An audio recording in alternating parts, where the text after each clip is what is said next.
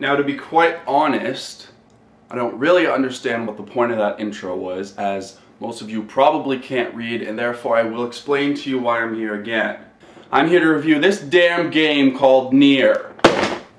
Now let me just clear something up for you.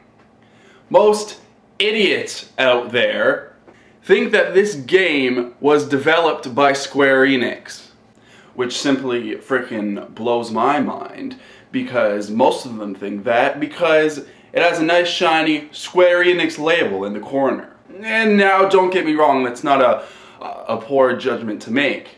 But maybe you should think about researching a frickin' game before you go out and make stupid statements like that one. This game happens to be developed by Cavia. Now, you may be familiar with one of their games called Drakengard. And so, once again, I'm going to attempt to tell you the good things about this game and its damn faults. Because, as mentioned in the last video, you're too damn lazy to get off your own ass, rent the game, play it, and give it your own damn score. Presentation. Unfortunately, most of the set pieces, character animations, and other bullshit stuff like that looks like something that would come out of my ass.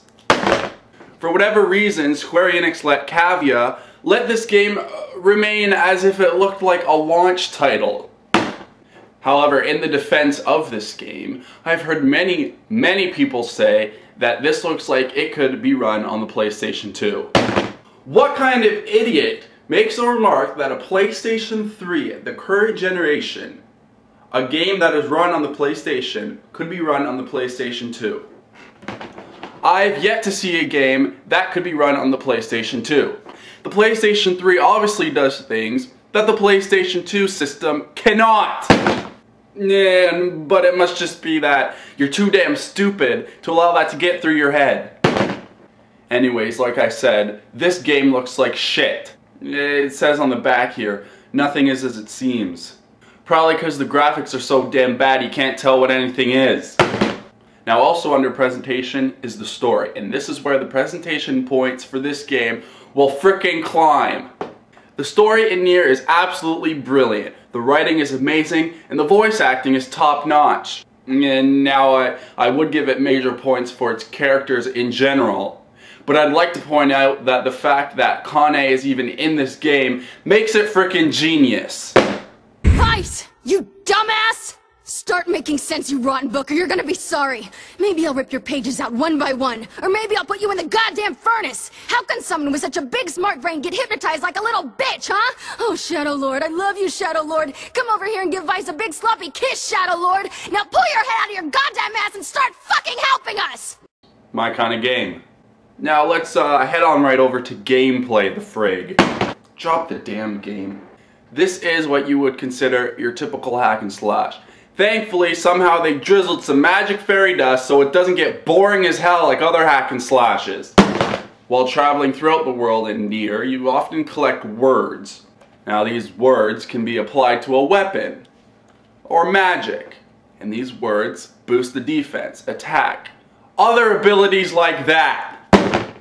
And that's why this game is on most websites, and in my opinion labeled an action RPG. Because if you were wondering about that, the answer is because there's RPG elements.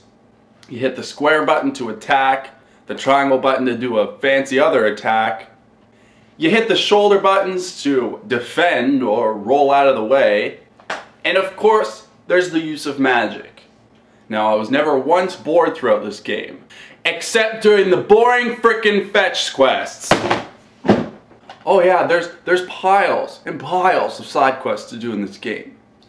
Unfortunately, most of them require you to gather sheep wool, goat hides, cheese, or other trivial things that'll make you hate your damn life.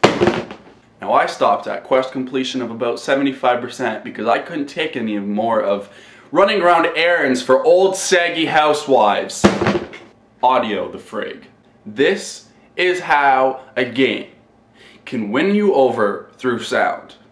And now I know a game could never win you over by means of artistic ability or good writing. Something of that nature would just be too far above your head. And so if you like to sit back and listen to pretty music and enchanting tunes, this is a game to pick up. So far in 2010, this hands down has the best soundtrack of any game I have yet to play. And yes, that includes Final Fantasy XIII. From the world map to a frickin' cutscene that a song is played once, every single song is frickin' amazing. If it was possible to have an orgasm inside of your ear, it would have been non-stop for the 24 hours that I played Nier. In case you were wondering, yeah, it took me 24 hours to beat this game. There is a trophy, in case you care, that is given out to players that beat it in under 15 hours, which is very doable if you skip all the quests. Basically, to sum up audio, the best audio I've ever heard in the game. From the voice acting of Kane, Grimoire of Ice, and your character, all the way to the music, simply frickin' fantastic. Overall value. Now, overall value can apply to two things. One, if a game's online experience pulls you in and makes you want to play it again and again. Or two, if the single player campaign is so good that it requires multiple playthroughs or that you want to play it multiple times. Now, a game can score very high marks in the overall value even if it doesn't have an online component. And that is what this game attempts to do. If you want to get the full story of Nier, you will have to play through the main story 3 times. Why, Square Enix? Why? Why would you allow Cavia to include such a feature? So if I want to know thoroughly the whole storyline, I'm going to have to play this 3 times through. And now, don't get me wrong, it was a very well put together game. But why the hell should I have to play through this 3 times to know what happens? Frickin' pisses me off. However, I will say that the story is complete enough and well put together the first time through that it is well worth a playthrough. I wasn't confused, and I'm kind of looking forward to see what my second and third playthroughs has to offer in terms of story, because I got it the first time. What else do I need to know? Anyways, closing comments. Nier was good. I might even say it was great. This game didn't have a lot of hype. It was unexpectedly good.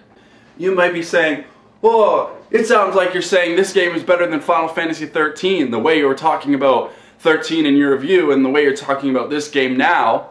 13 was set up to be great. It had high expectations. Everyone had high expectations for that damn game. Did it meet them? In some ways, yes. In other ways, hell no. Who had expectations for this game? No one in the frickin' world. And you know what? It beat my expectations because I didn't have any. Now look at some damn numbers.